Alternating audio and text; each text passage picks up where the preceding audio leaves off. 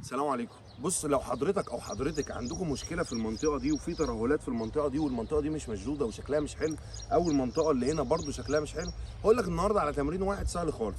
انا اسمي دكتور محمد طويل، دكتور التدريب الرياضي بكليه التربيه الرياضيه واخصائي التغذيه الرياضيين. بصوا يا جماعه، اول حاجه خلي بالك معايا وتابع لنهايه الفيديو عشان اقول لك حاجه مهمه في الاخر. بص، هو التمرين ده عباره عن ايه؟ حاجه سهله خالص، وفي البيت او في الجيم في اي مكان سهله خالص. بص، انا واقف اهو، رجلي واسعه، رجلي باتساع الحوض كده، ومش رجلي لبره سنه بسيطه، وهلعب سكوات.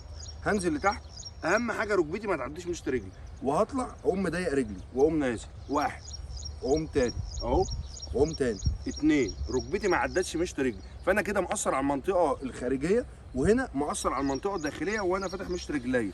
تمام اهو، واحد اهو. هجيب قد ايه؟ هجيب 10 عدات واثبت رقم 10، 10 عدات ثبات واسع و10 عدات ثبات ضيق. ده مهم جدا جدا.